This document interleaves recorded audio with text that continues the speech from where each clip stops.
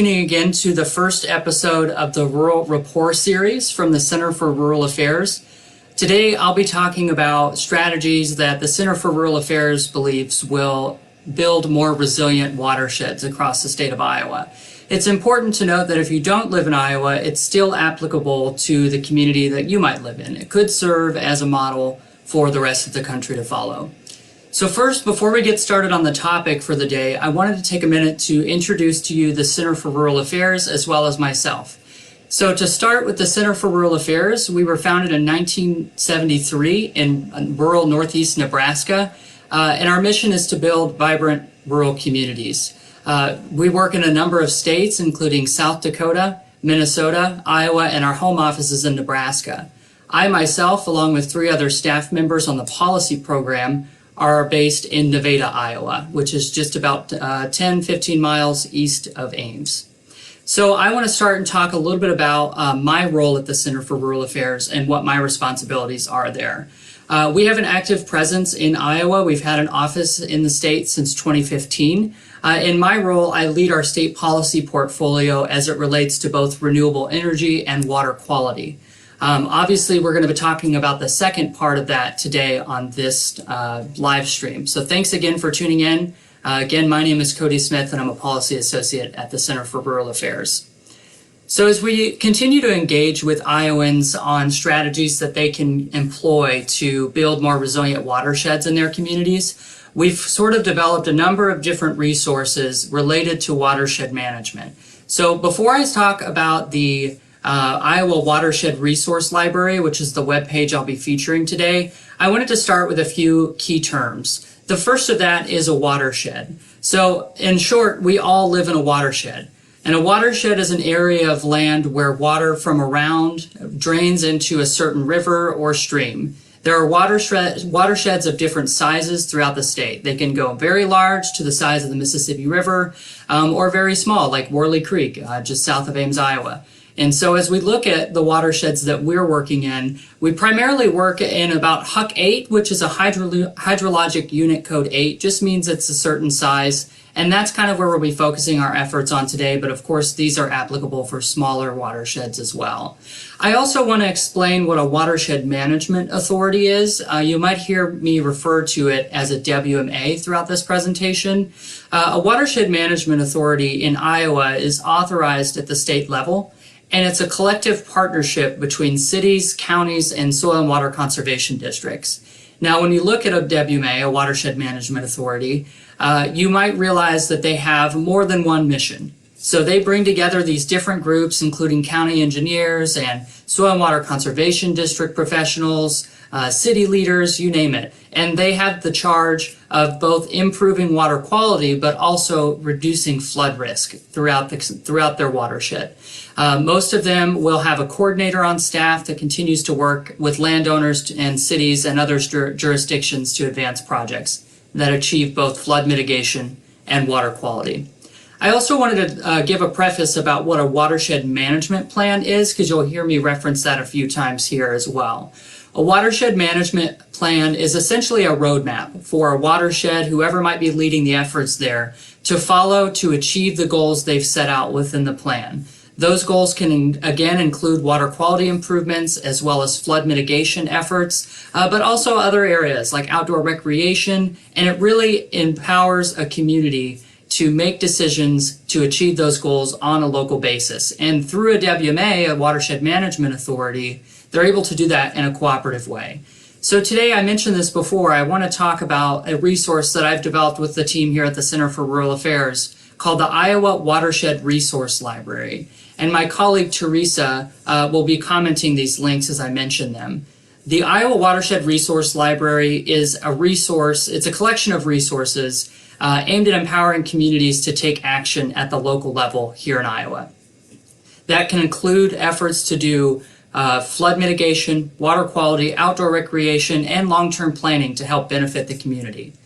So if you look at the link there, one thing you'll see is that there are a number of resources on this webpage. That can include contact information for existing watershed coordinators in watershed management authorities throughout the state. There are 24 watershed management authorities, and there are 14 of them that have watershed management plans on file.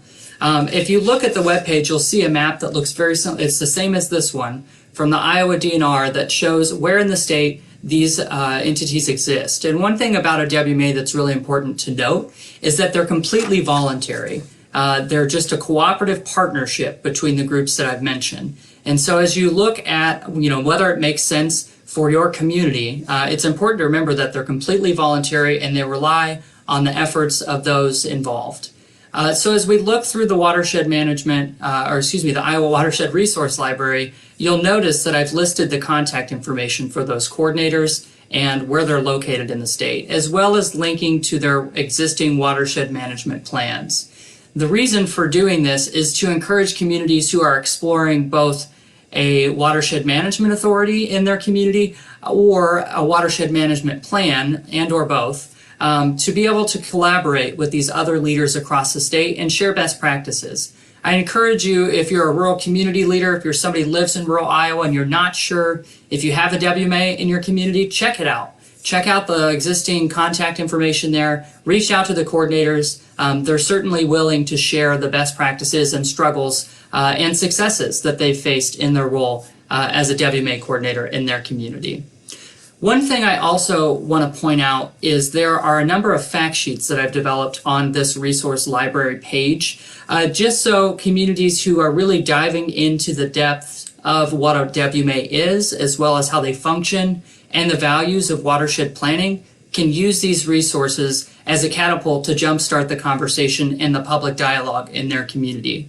The first fact sheet I have linked to here is about watershed management authorities in the state, and it basically sums up everything that I've just described to you in a fact sheet that looks just like this, and my colleague will comment the link here so you can also see that. What you'll see is an explanation of what a WMA is once again.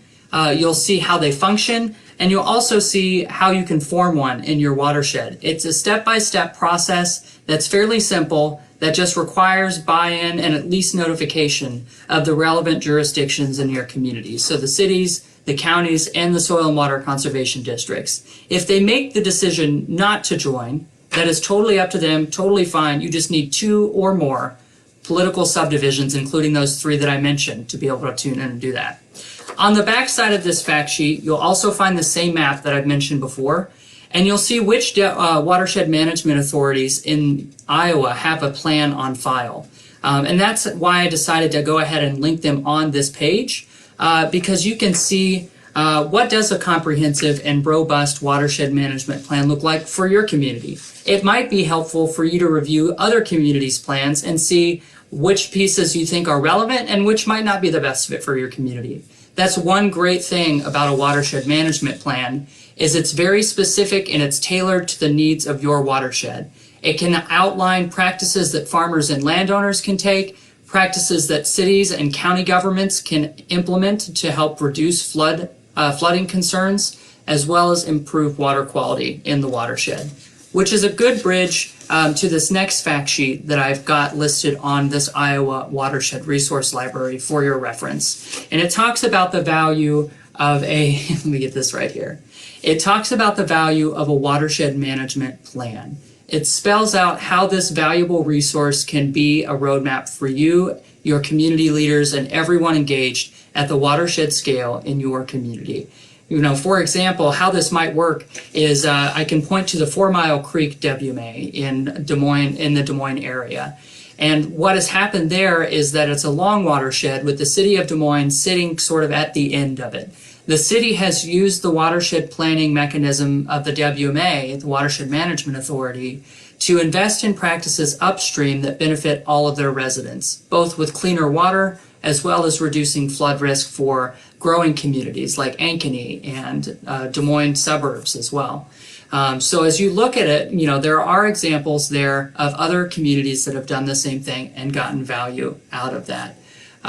It's an early step in that process. It's one of the most valuable steps you can take as a community to ensure that you're collaborating with all stakeholders in this process. That can include, again, those farmers and landowners, other community organizations that might have a role to play, and also setting education goals. and conservation goals that your community can work together to achieve.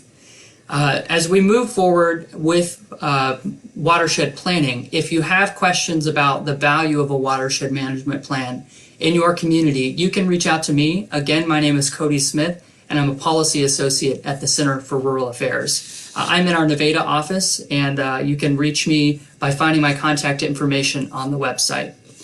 One thing I wanted to also hit on while I had you all here was the third fact sheet that I have linked on the Iowa Watershed Resource Library page. And again, this will be commented on in the comments section of this video, so you can review that and see how it works, how can you get a plan. This third one is it's strategies for local governments looking to fundraise for their WMA efforts, their watershed level efforts for flood mitigation and water quality. One thing to note about WMAs, again, is they are completely voluntary. There are not required contributions financially or service-wise from any member of the WMA. However, there are a number of strategies that local governments, including cities and counties, and even soil and water conservation districts, can take to help raise money for watershed level efforts. So this third fact sheet is called Leveraging Local Funds for Watershed Improvement. I encourage you, if you're a community leader or a community member looking for ways to take control of the projects that you see as best fit in your watershed, to check out these strategies, review them, see if they make sense, and see if you can get your community to implement them. I wanted to spotlight a couple of examples of different strategies that communities around the state of Iowa have used. There are two examples that I'd like to point to. One is a local option sales tax. Authorized in state code, Iowa communities are authorized to set their own local option sales tax if it's approved by the voters in their community. There's an example from Marion, Iowa, in 2013. They raised a local option sales tax to fund park improvements and other outdoor recreation projects in their community after it was approved by the voters of their community. That's one strategy that a community can take. There are also stormwater utility fees is another example. One city in Iowa that has embraced this strategy to help fund their efforts is Algona, Iowa, in northwest Iowa. They assessed a fee of $5 per residential customer, $15 for commercial, governmental, and others, and $25 for industrial facilities to help fund watershed improvements in their community. So that includes stormwater drainage systems, stormwater retention ponds, essentially practices that help build a more flood resilient and more clean water community. And so as you look at these strategies, those are just two examples. There's one that is particularly exciting to me because I think it could be a model for the rest of the state to follow.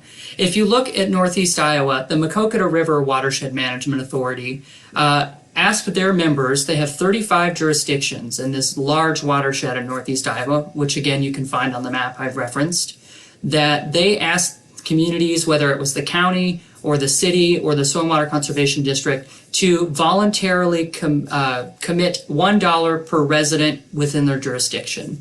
So for example, Maquoketa, a town in the Maquoketa River WMA, has 5,179 people. They were asked to commit that exact amount, $5,179, for their watershed contribution, their contribution to the Watershed Management Authority. So that helps fund a coordinator, education and outreach activities, projects on the ground for farmers and ranchers, and other strategies that they can take. And so that is one way that you can ask your community to develop buy-in and see a reward from investing at the watershed scale through a Watershed Management Authority. On the third fact sheet I mentioned, you'll see that the Maquoketa River WMA formula is spotlighted, and you can use that as an example. Also, if you have questions about what that might look like in your community, again, don't hesitate to reach out to me once again. If there are any questions about those fact sheets or the Iowa Watershed Resource Library, please let me know. I want to be available for community leaders. I want to be available as a resource for you and other residents who are interested in exploring these strategies as we work to build more resilient watersheds in Iowa.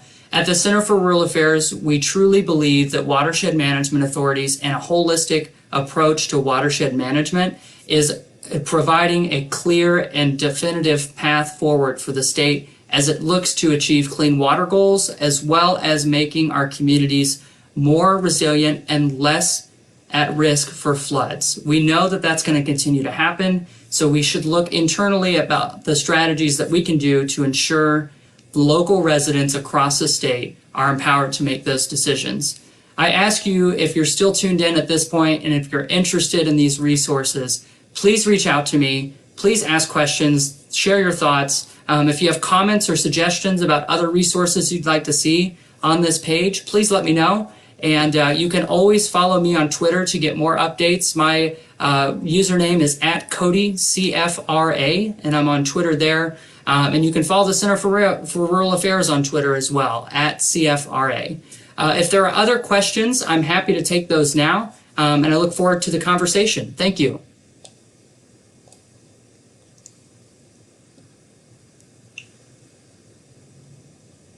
Checking out the questions here. Kayla asks, how do I find out if my community/county is in a watershed management authority?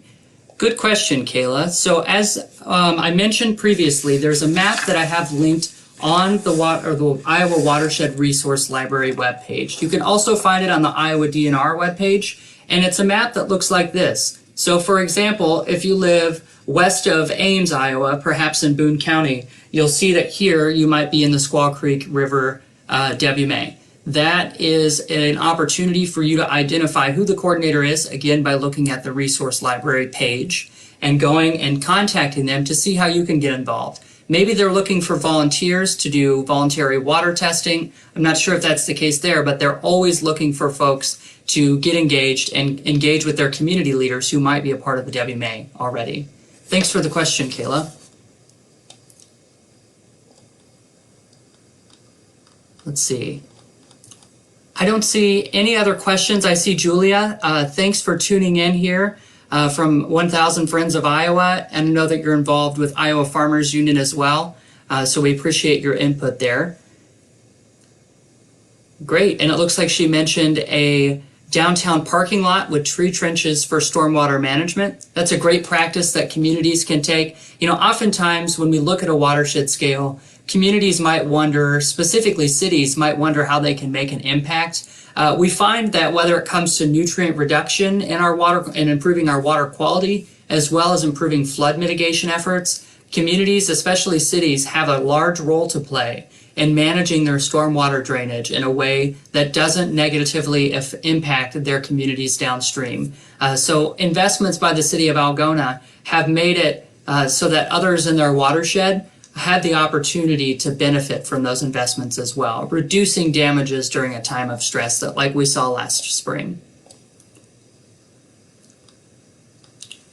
Are there any other questions? All right, well, thank you very much for tuning in today. I appreciate it. And again, my contact information is codys@cfra.org. And you can reach me via there. You can also give me a phone call. I'm listed on the Center for Rural Affairs staff webpage. My phone is a direct line to me, as well as finding me on Twitter @CodyCFRA. Thanks again for tuning in to the first episode of the Rural Rapport series from the Center for Rural Affairs. We'll be doing a weekly broadcast at noon, so we'll see you next Tuesday. My colleague Kayla Bergman will be talking through her climate fact sheets and how we can all be more resilient in the face of a changing climate. I see one last question from Sarah Kay about any suggestions on how to increase the number of WMAs throughout Iowa so that all of Iowa is covered. One thing that I think is crucial, and this is where the policy work that I do comes in a lot, is I believe one of the largest barriers to long-term success in improving our water quality at the state level, as well as reducing flood risk in our communities, is the need for long-term funding for the staffing of watershed coordinators.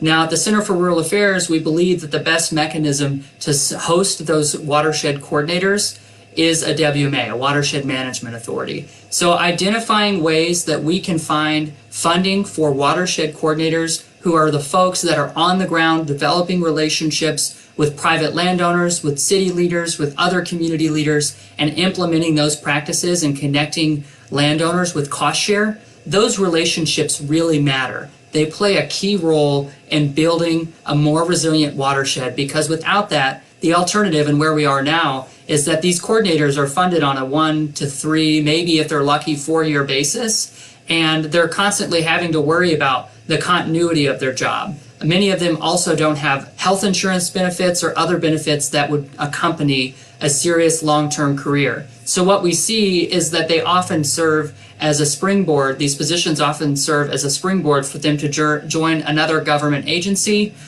which are often the hosts of long-term careers in natural resource conservation in Iowa. So to answer your question shortly, Sarah, is I believe that the biggest barrier to getting more WMAs, watershed management authorities across the state, is long-term funding for watershed coordinators at the WMA scale. This is a great question, and it's a very important conversation to engage in. So I encourage you all, as you look at the state legislature, I know we're in the pandemic situation right now, but please reach out to your legislators and gauge their opinion on how we can reach this long-term funding for watershed management authority coordinators. The Center for Rural Affairs has a number of statements about the governor's proposed package and our efforts to include that in there during this session. But if you have other ideas too, I'm certainly willing to engage with you on that topic. Thanks for the question. Are there any other questions that I can answer? All right. Well, thanks again. We will see you next Tuesday at noon. And thanks again for tuning in to the Rural Rapport series from the Center for Rural Affairs. Thanks.